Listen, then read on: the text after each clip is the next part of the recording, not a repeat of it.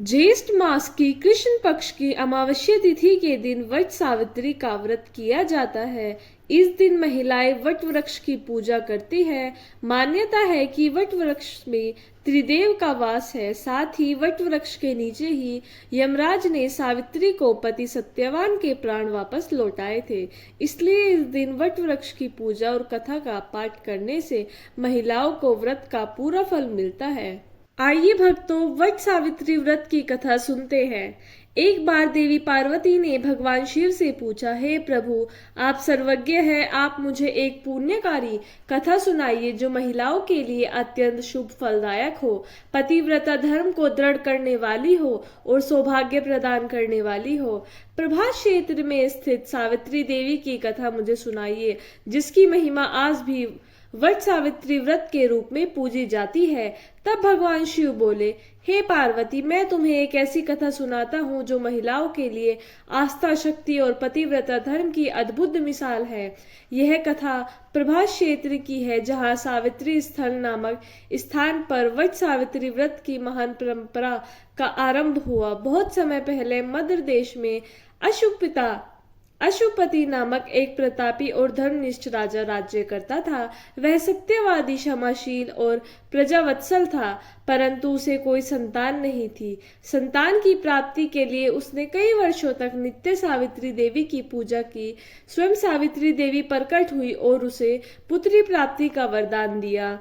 कुछ समय बाद अशुपति की रानी ने एक दिव्य कन्या को जन्म दिया, जो रूप, गुण और तेज में स्वयं देवी सावित्री का अंश मानी गई। राजा ने उसका नाम भी सावित्री ही रखा। वह कन्या बड़ी होकर अत्यंत सुंदर, गुणवान और तेजस्वी बनी।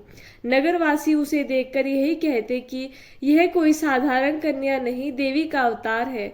जब सावित्री यौवनावस्था में पहुंची तो राजा अशुपति ने विवाह की चिंता होने लगी।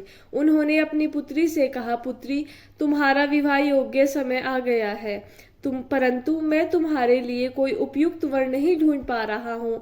अतः मैं तुम्हें अनुमति देता हूँ कि तुम स्वयं अपने लिए योग्य वर का चयन करो।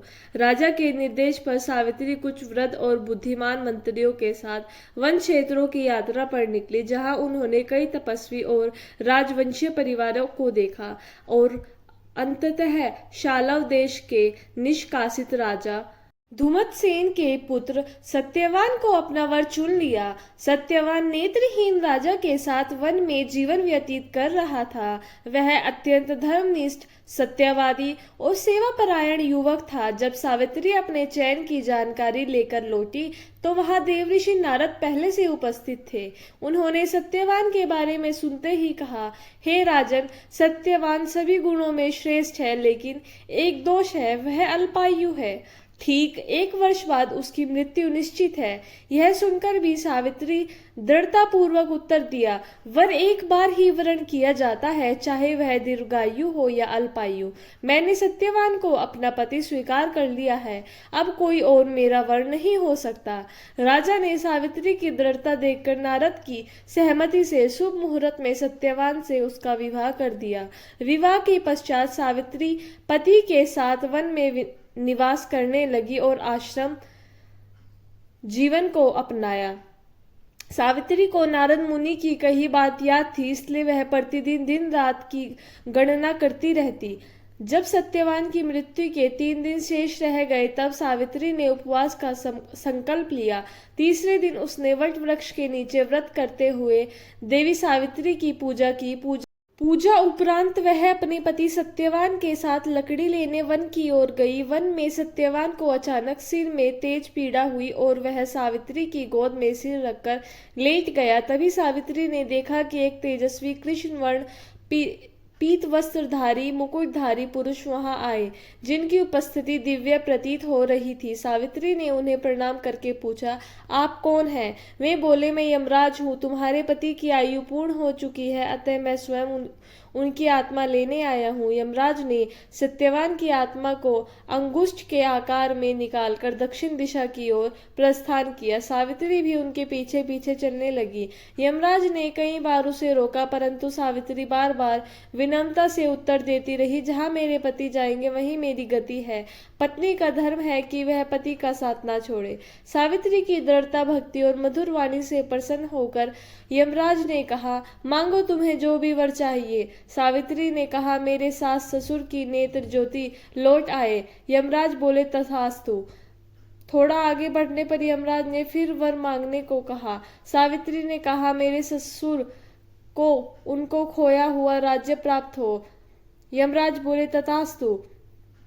अंत में यमराज ने तीसरी बार वर मांगने को कहा। सावित्री ने कहा, मुझे सत्यवान से उत्पन्न 100 पुत्रों का वर दीजिए। यमराज मुस्कुराए और बोले, तथास्तु।